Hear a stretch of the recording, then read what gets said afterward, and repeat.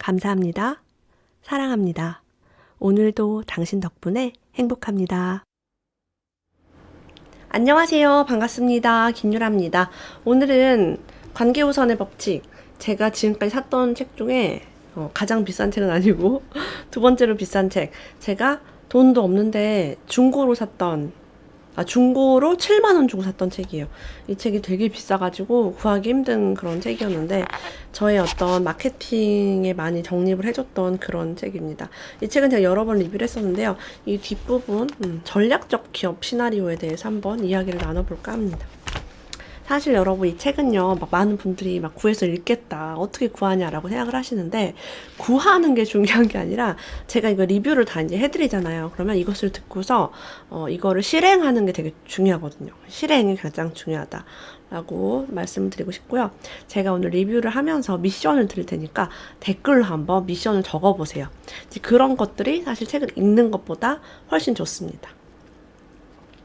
자, 우리가 관계우선의 법칙에서 이제 중요한 거는 어떤 제품을 만드느냐, 싸게 만드느냐, 그런 게 중요한 게 아니래요. 누구를 상대로 하느냐, 이런 게 되게 중요하다는 거죠. 그래서 시나리오를 만듭니다. 그래서 어떤 창의성 있는 시나리오를 보면서 특정 유형의 고객에게 독특한 가치를 제공하는 것을 우리가 훈련을 할 수 있어요. 자, 예를 들면, 신생아를 둔 부모라고 한 가지 유형의 고객을 공략하는 거예요. 그냥 부모 이렇게 하는 게 아니라 신생아 부모. 그럼 신생아 부모는 무엇을 필요로 할까?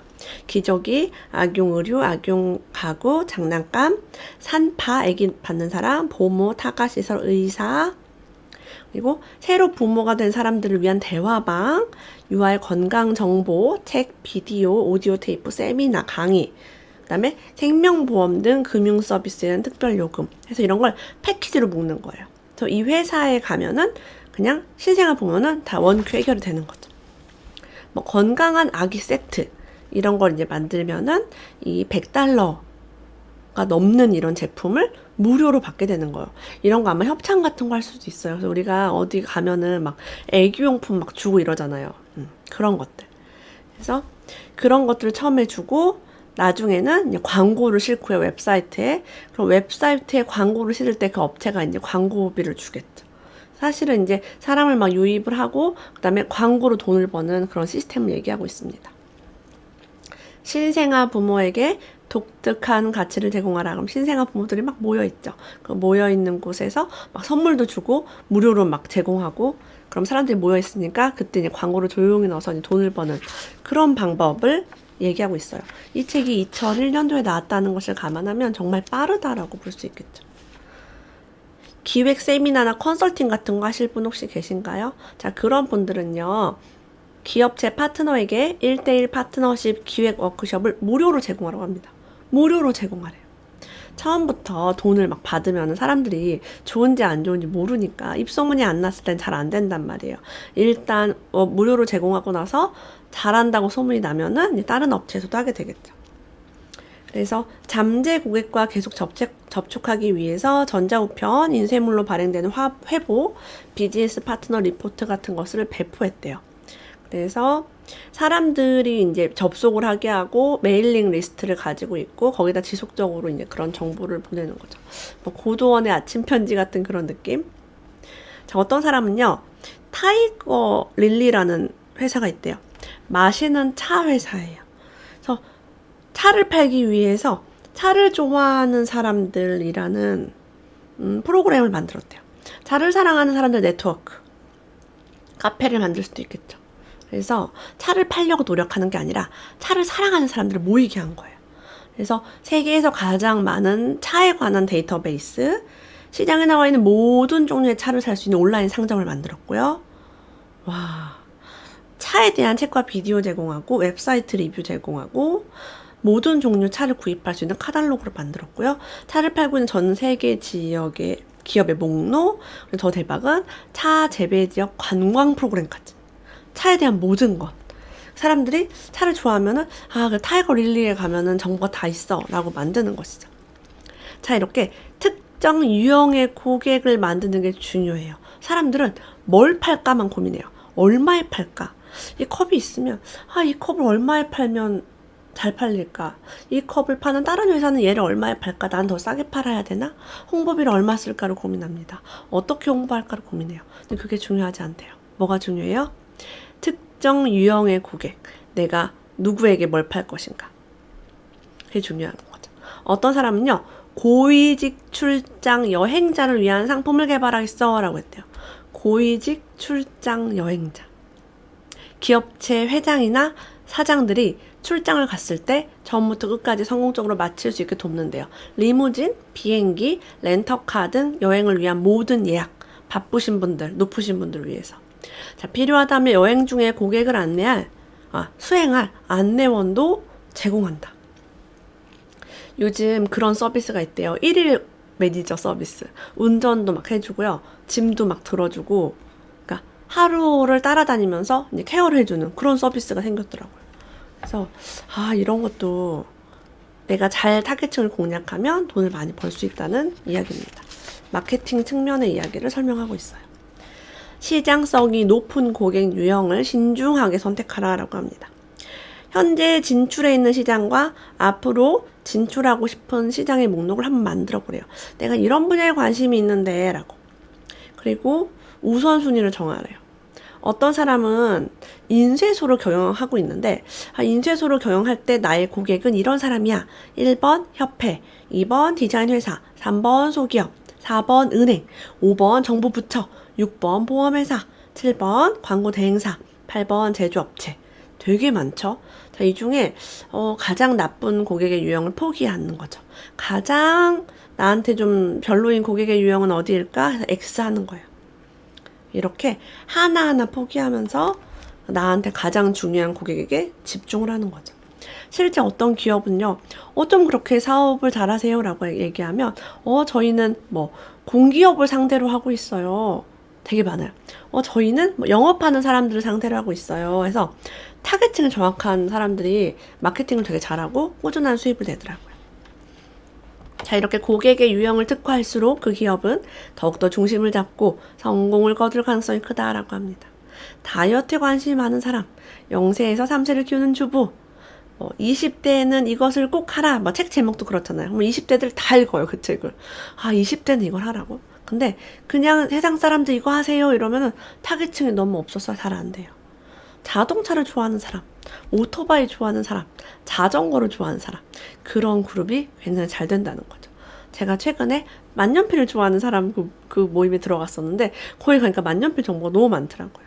자, 이렇게 핵심 포인트는요, 고객의 유형을 선택하는 것이 가장 중요한 전략적 결정이라고 합니다. 당신이 선택한 고객 유형은 사실은 기업이 아니라 사람이래요. 예를 들면 무슨 협회가 아니라 협회 관리자들이어야만 한다고 합니다. 고객 유형이 특화될수록 성공 확률이 높아진대요. 예를 들면 컴퓨터 사용자가 아니라 40대 컴퓨터 사용자 혹은 50대 컴퓨터 사용자, 이렇게 하면 고객 타겟층이 딱 되는 거죠. 고객에게 독특한 가치를 제공하는 방법은요, 가치 있는 구성 요소의 숫자를 늘리는 거래요. 그래서 나는 이런 고객한테 가치 있는 걸 집중하겠어 라고 적어보시고요. 밑에 보면은 이 책이 2001년도 책이라 조금 올드한 게 있어요. TV와 라디오 뉴스를 난 제공하겠다. 역사 관련 회사래요. 역사물 영화를 만들겠다. 신문과 잡지 기사를 해야겠다. 역사 관련 사진을 만들겠다, 역사책을 만들겠다, 연구 논문, 분석 논문, 역사적 유적지, 이런 식으로 쭉쭉쭉쭉 아이디어를 적는 거예요. 그럼 아이디어가 한도 끝도 없이 많대요. 따라서 지금 당장 고객에게 제공할 수 있는 독특한 가치를 지닌 구성 요소들을 모두 적어보라.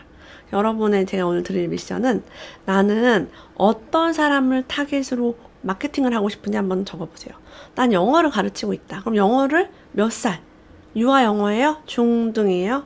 이런 것들 정할 수 있겠죠. 내가 선택한 고객의 유형에게 즐거움을 제공하고 관심을 불러일으키고 도움을 주고 힘을 주고 만족감을 줄 수 있는 것은 무엇인가? 이것도 막 적어보세요.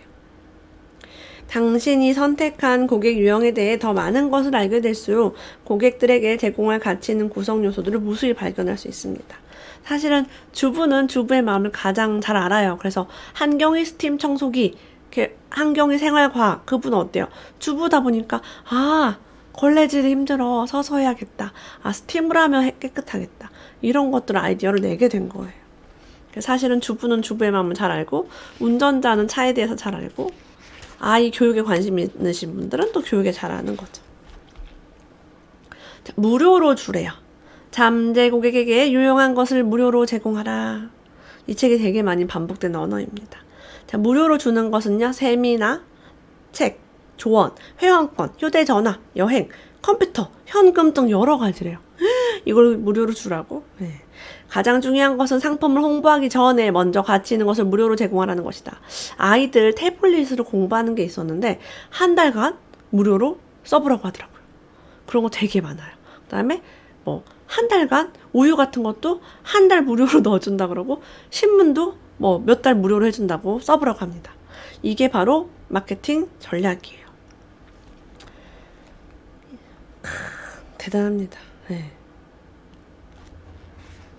고객이 그래서 발을 들이게 만드는 거예요. 우유를 한번 먹어보게 만들고 신문을 한번 보게 만들고 우리 유튜브도 프리미엄 구독 한 달 무료죠. 넷플릭스도 한 달 무료예요. 쿠팡 무슨 서비스도 한 달 와우 로켓 쿠팡인가 와우 쿠팡도 한 달 무료예요. 자, 한 달 무료. 멜론도 한 달 무료야. 무료로 무조건 하게 해요. 이 책의 어떤 전략이 굉장히 좋다고 볼 수 있죠. 자, 한 달을 무료로 하고 사람들이 깜빡하고 카드 취소를 안 하니까 계속 돈이 나가는 거죠. 그래서 우리는요, 당신이 원하는 게 아니라 고객이 원하는 것을 제공해야 된대요. 무료로 제공하는 것의 가치가 클수록 더 많은 잠재 고객을 끌어들일 수 있다라고 합니다. 그리고 우리는요, 전문성을 높이기 위해 일관된 홍보 메시지를 전하라고 해요. 당신이 메시지 전달을 위해 사용하는 도구들이 똑같은 내용을 담고 있어야 하는 것이다. 여기에 반드시 똑같은 말, 똑같은 단어, 똑같은 어조가 사용되어야 한다. 예를 들면 그런 거죠. 유행어 같은 거. 저는 이제 제가 만든 언어가 뭐냐면 그러거나 말거나 네 맘대로 하세요 뭐 이런 것도 하고 뭐 그지같이 시작하세요 뭐 이런 것도 계속 제가 똑같은 말을 반복하고 있잖아요. 그죠? 일관된 메시지죠. 이것도 제가 드릴 수 있는. 그래서 그지같이 하라고 했다가 열심히 하라고 했다가 헷갈려요. 그러면 사람이. 일관적이지 않죠. 독특하고 일관된 가치와 메시지를 줘야 된다는 거예요. 그래서 명함, 편지지, 팸플릿, 광고, 웹사이트 등의 이런 것들이 똑같은 그림, 똑같은 색깔, 활자체, 편집체를 이용해야 한다라고 합니다. 일관된 그래픽 이미지를 확립하려면 이런 것들을 스타일을 잘 만들어서 나는 이렇게 하겠어라고 픽스를 시켜야죠. 이게 지침이 있어야 된대요. 그래야지 모든 사람들이 뭔가를 할 때 그렇게 퍼스널 컬러 같은 것도 만들면 되게 좋겠죠. 그래서 오늘 제가 대기업부터 1인 기업까지 어디나 적용되는 마케팅 불변의 전략 12가지 한번 이야기 나눠봤습니다. 제가 이 영상은 여러 번에 나눠서 오늘이 마지막 영상이에요. 그래서 7만원 주고 산 책인데 제가 너무 빨리 리뷰해서 네, 어렵지 않으셨을까 모르겠어요. 중요한 거는 내가 누군가에게 제공할 거니까 중요하지 싸게 제공하는 게 중요하지 않다는 거예요. 그래서 무료로 처음 체험을 하게 해보고 가치 있다는 거 알게 되면 비싸도 이용을 한다. 네, 그런 것이 이 관계우선의 법칙의 핵심입니다. 오늘도 함께 해주셔서 감사합니다. 다음에 또 만나요.